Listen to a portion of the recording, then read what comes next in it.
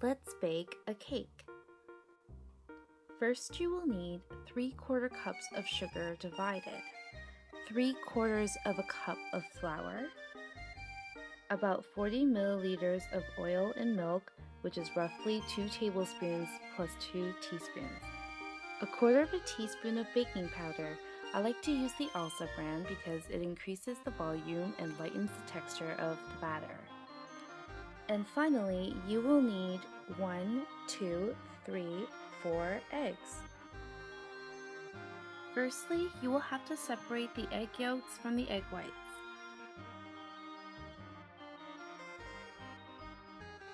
Next, add about 1/4 cup of your sugar to the egg whites. Using an electric hand beater, mix your egg whites and sugar until they form a thick whipped cream-like consistency.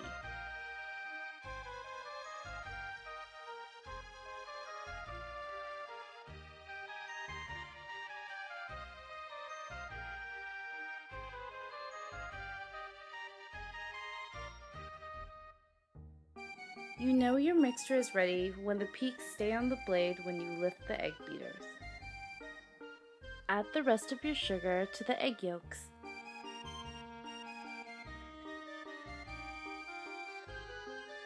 Using a hand whisk, mix until the sugar is completely dissolved in the yolk. Then you will want to add your milk and your oil and mix until smooth.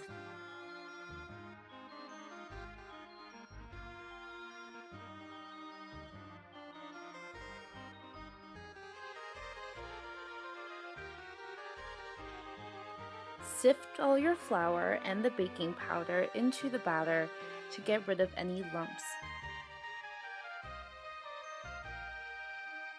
Make sure that you mix your batter really well, and if you're feeling extra creative, add a bit of food coloring.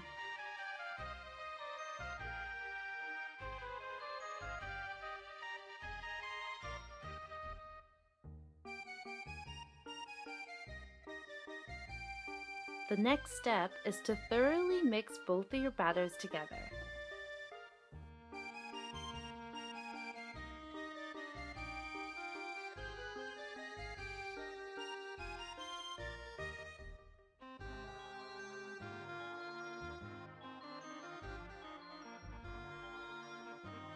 This next step is completely optional, but I personally like to grease my pan before adding the batter so that when my cake is done, it will easily release from the pan.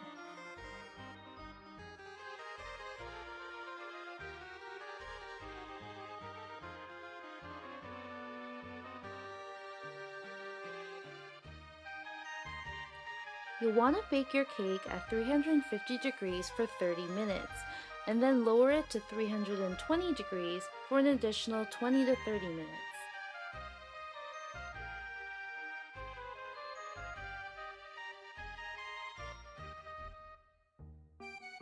Set your cake on a rack to cool.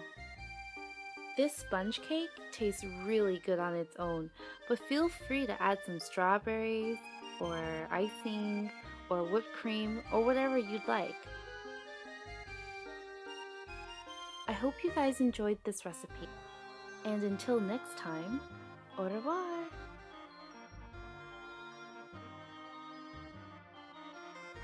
A popular variation of this cake uses pandan flavor. I like to make my own flavoring using fresh pandan leaves, but you can also use a few drops of pandan extract instead. This can be found at your local Vietnamese market. After washing your pandan leaves, chop them into smaller pieces. This will make your pieces more manageable and make it easier to blend. Place them into a blender and add a little water. This will help the leaves mix easier and give it more of a liquid substance. Be sure not to add too much water as it will end up getting watered down. After a minute, your leaves will look like wet green moss. Yummy, right? Yeah, maybe not.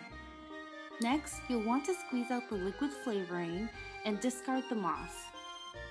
You'll want to keep the same amount of liquid added to our batter. You can adjust the ratio between juice and milk to your liking, but remember to only add a total of 40 milliliters of liquid to the batter. Any leftover juice can be put into ice trays and kept frozen for future uses.